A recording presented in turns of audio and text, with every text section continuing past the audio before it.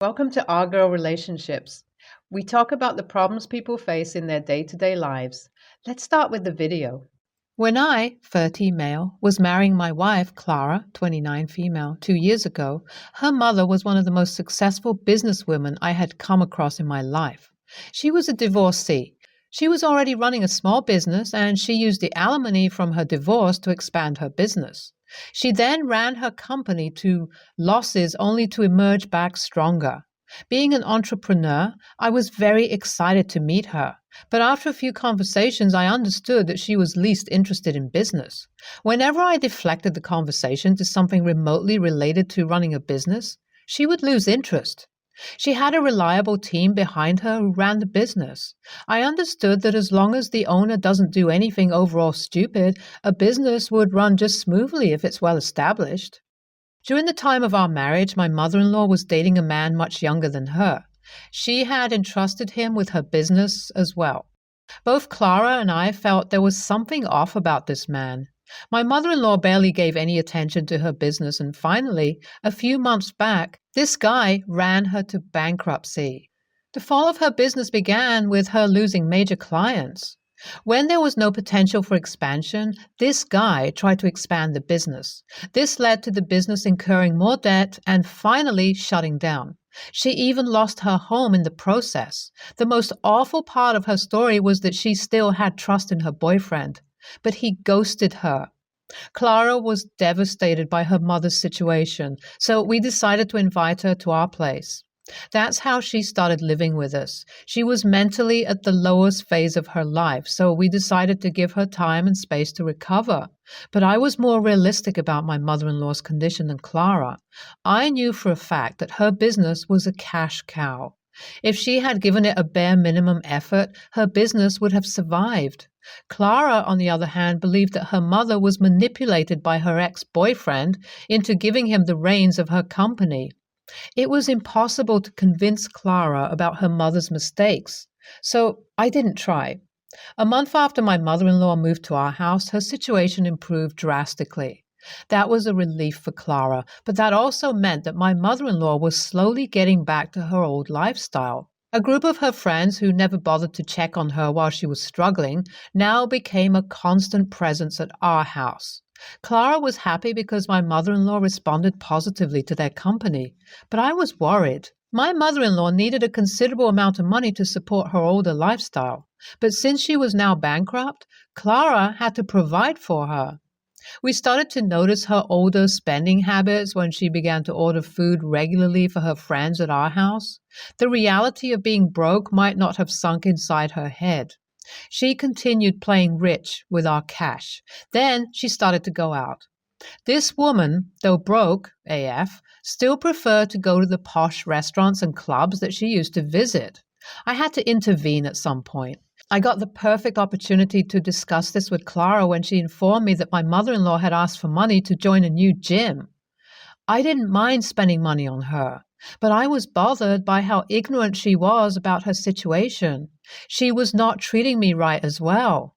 She never initiated any conversation with me, and even when I tried, she answered my questions without making eye contact. I was invisible to her. So all these factors forced me to decide on her future with us. My first plan was to have a conversation with my mother-in-law about the situation and then work out solutions with her. But when I thought about the amount of time and energy that should be invested to convince her of my points, I dropped the plan. It was during a discussion I had with Clara that she brought up the idea of employing my mother-in-law at my company. My first response was no. From my evaluation, I concluded that either my mother-in-law was successful out of sheer luck, or there was a time in her life she used to be passionate about business and making money. Now, her only interest was in finding diverse ways to waste money. I believe in teamwork. The people who worked under me were an agile group of young workers. Even one lazy worker could impact team morale. That was my first reason not to employ her. Apart from this, she was known to be bossy. There were a few instances in the past when she criticized me for the way I was running my business. I didn't want one of my workers to dictate to me ways to run the company, so I was scared that my mother-in-law would destroy the equilibrium of my workspace. But Clara was committed to her cause. She wanted to get her mother employed. It was logical from her side to think like that because a job at that point would help in my mother-in-law's economic recovery. After considering a lot of factors, I complied. Clara talked to her mother about this, and by the next week, her mother was employed in my company. Within a week, I understood that hiring my mother-in-law was not one of the best decisions of my life. She delegated almost all the tasks that I assigned her. She would always be away from her desk. In the morning, I used to take her to work, but on most evenings, she left early. I also found it difficult to command her around because I still had an element of respect toward her within me. But the most irksome character of her was not to let others do their work. She went from desk to talk nonstop with my staff. She knew her crowd well. Some of them would send her away saying they were busy, but others would keep her entertained. I could see how her presence was deteriorating our healthy work environment. But I was patient towards her until one day when she decided to cross all the boundaries. Before marriage, Clara and I had decided one thing. Though we were still confused about having a child of our own, we wished to adopt at least one child from some other part of the world. We wanted to then provide the baby with the best life possible. This was a personal project for us. The international adoption process could be crazy expensive, so we started saving money for this before our marriage. There were multiple reasons why we didn't want our parents to know about it until the final stage. Our decision would lead to fruitless discussions within the family about the pros and cons of adoption. We both had gone through them and were fairly sure about our decision, so we were going forward with the procedure secretly. Somehow, my mother-in-law came to know about our adoption plans. She might have overheard a conversation between me and Clara, or she might have seen some paperwork. How she came to know about it doesn't matter. The respectable move on her part would be to let us know that she heard about our plans.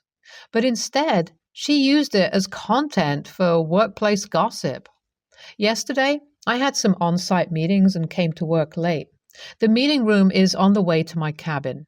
I stopped by the meeting room when I heard some chatter and saw my mother-in-law with two of my other workers. My mother-in-law was sitting on the oval-shaped table, her back facing the door, so she couldn't see me. She was blocking the view of the other two people in the room. Either they couldn't see me or they were too engrossed in her story. I stayed there for almost 2 minutes without them noticing. I understood that my mother-in-law was telling them about our plans to adopt, but she made it her story by telling them how Clara had stolen her idea of international adoption. I didn't want to hear any further, and I made my presence known to them. The group disbanded immediately. My mother-in-law disrespected our privacy. This warranted some action from my side because this was not like the rest of her misdemeanors. I first called in one of the employees who was listening to her story. I asked him what he heard from her. From his account, I understood that she had narrated one batshit crazy story to them. In her story, I was infertile. My wife was devastated when she learned about it, so she reached her mother for advice. Upon her advice, we are now going forward with adopting a child. While we were preparing for domestic adoption, my wife was advised again by her, which made us switch to international adoption. I called the next employee and she confirmed that this was the story my mother-in-law narrated. I asked them to leave and call my mother-in-law in. I fired her immediately and asked her to pack her stuff and leave. But here's the crazy part. When I reached home, I understood that my wife already knew about the drama at the office. Instead of listening to my side of the story, she told me that it was unfair of me to just fire her mother. I asked Clara to listen to me first, which she did not.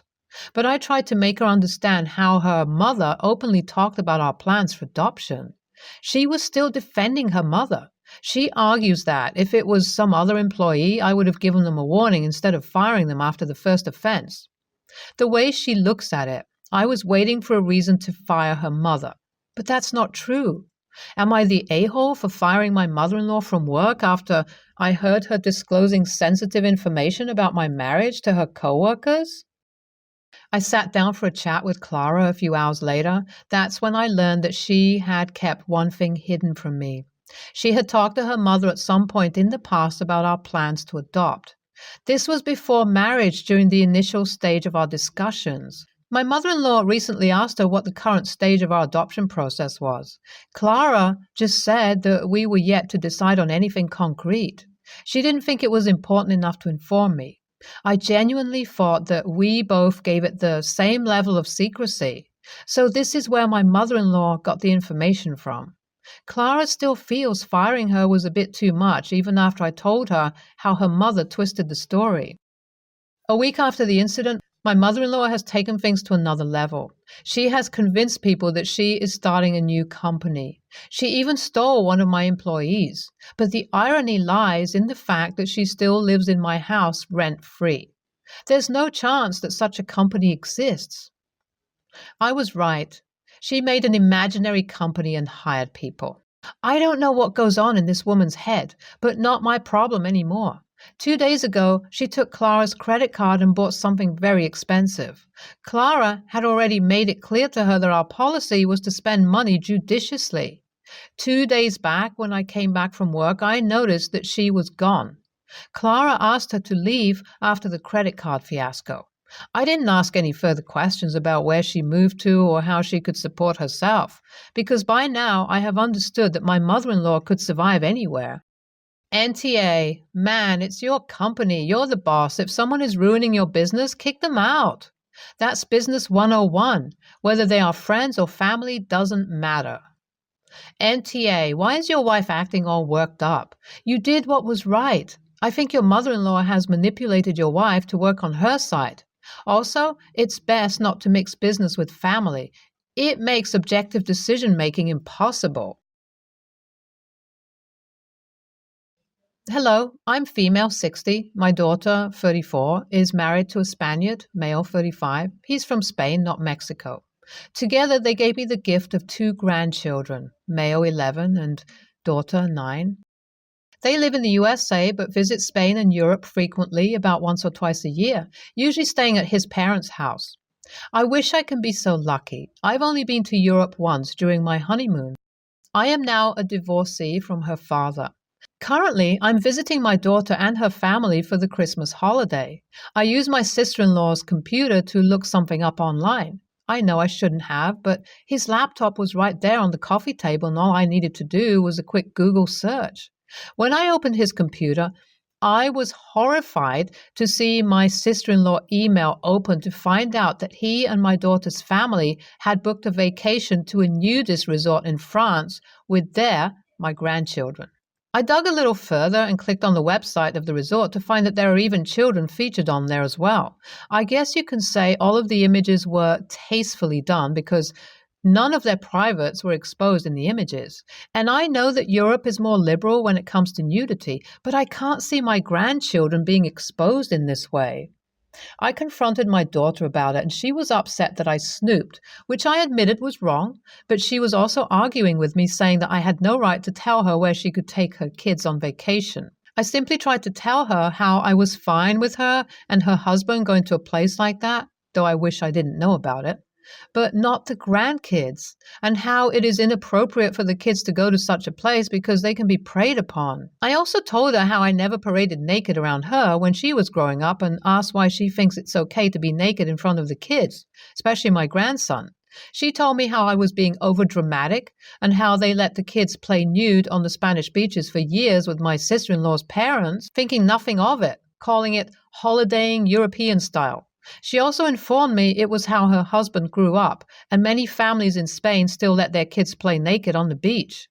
I asked if my sister-in-law's parents were also naked when they went to the beach, and she said yes.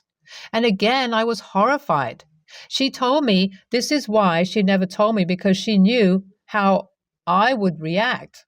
I told her I understood they enjoy going to Europe to see sister-in-law's family, but why can't she take a normal vacation when she goes? Then I started to tell her about the trip I took on my honeymoon, and she said tour groups are not the real Europe, that my sister-in-law is Spanish, he is European, and that I am going to have to respect the cultural differences and in how they are raising my grandchildren. AITA? Let me count the ways. YTA for using someone's computer without permission. YTA for snooping around on said computer. YTA for sticking your nose in where it doesn't belong. YTA for thinking you have any say in how your daughter raises her children. YTA for your prudish, closed-minded approach to cultures different from yours. YTA for asking, why can't she take a normal vacation? When what you really mean is, why can't she take a vacation that wouldn't upset my fragile sensibilities? And while referring to your son-in-law as a Spaniard doesn't automatically make you TA, it's definitely not a good look in this era. Combined with everything else you've revealed here, I'd call it the icing on the cake. Sorry, Grandma, YTA. The world is a different place now than what it was. First, you are trying to override someone else's culture with your own. Second, they have already done this numerous times because this is how it's done in their culture. Lastly, they are not your kids. You do not have a say in how mom and dad raise their kids. Sorry, that's just how it goes. I'm 23, female. My sister, 27, got married a month ago and the wedding was beautiful and clearly very costly. They had a registry, but almost everything was really expensive. Think Dyson purifier, Fornacetti candles, etc. She also had a Tiffany alphabet necklace on it. I wear the same necklace which my husband gifted to me for our wedding last year. I didn't ask for anything and I know he saved up. Tiffany jewelry is absolutely not the regular standard for us. There was an option to give a monetary gift towards the honeymoon, so we ended up gifting $150, and I think it was more than fair. Sister brought up that she noticed I only gave a small contribution to the honeymoon. I said, yes, that's the gift. She replied she expected family to be more generous and the other siblings, relatives got thoughtful gifts. I could have at least gotten the Tiffany necklace since we can afford it. I told her, no, we can't afford it. And we gave what we could give. It's not my fault everything on the registry was so expensive. This was at Thanksgiving, by the way. There were other people around and I guess they could see the conversation between us was getting heated. My sister said I need to stop acting so self-righteous and they can put whatever they want on their registry. And others did get the gifts, so it's just me being cheap. My stepmom overheard and said I could have given a larger monetary amount or split the cost of the necklace with someone else, and I didn't appreciate the effort put into the wedding. I didn't think I was in the wrong here, Reddit, but I'm kind of doubting myself. I guess I could have given more money considering this is family. AITA?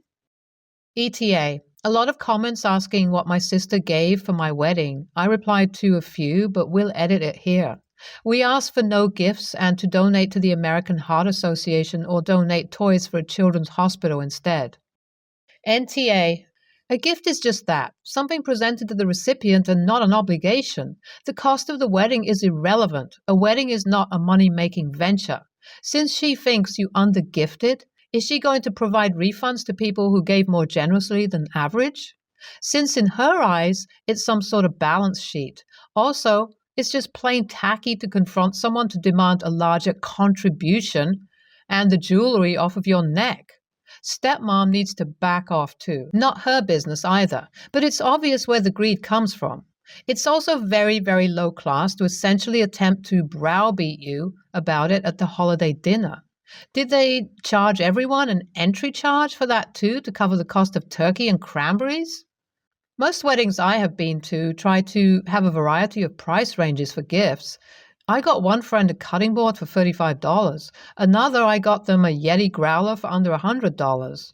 All from their registry. Others even put out just a house fund ask, but said please come even if you can't contribute. It's your sister's choice to pick things she wants, but $160 isn't chump change for many of us who are trying to get by. She sounds extremely selfish and greedy, even more so to call you out on it at Thanksgiving.